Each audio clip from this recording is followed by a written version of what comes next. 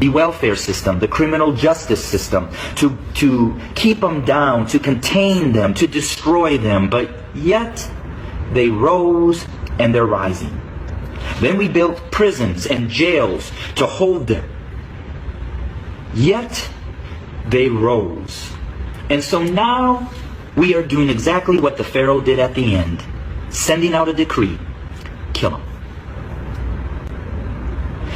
So until we admit that when we wrote this Constitution that all men are created equal, that we never intended to include our black brothers and sisters, our nation may end up facing exactly what the Egyptians faced when they refused to let God's people go.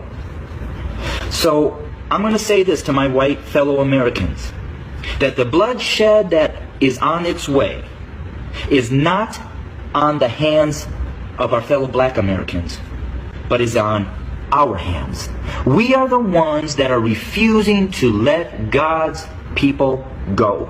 We are the ones that are refusing to acknowledge that we do not value our black brothers and sisters as equal individuals or equal Americans as us white men. And to my black brothers and sisters, the racial issues, as I've said, have been there from the very foundation. But why do we see it more? Because there's a shifting. See, us white men have been at the head since the foundation. But we've had a black president. And you know, we've done everything in our power to keep him from really changing things. Now we have another minority rising to the top, a white female. What does that say?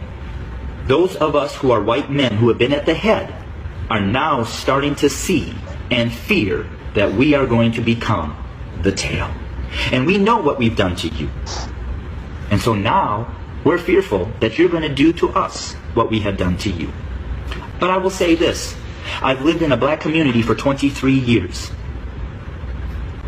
I've never been treated the way that this country has treated my black Americans.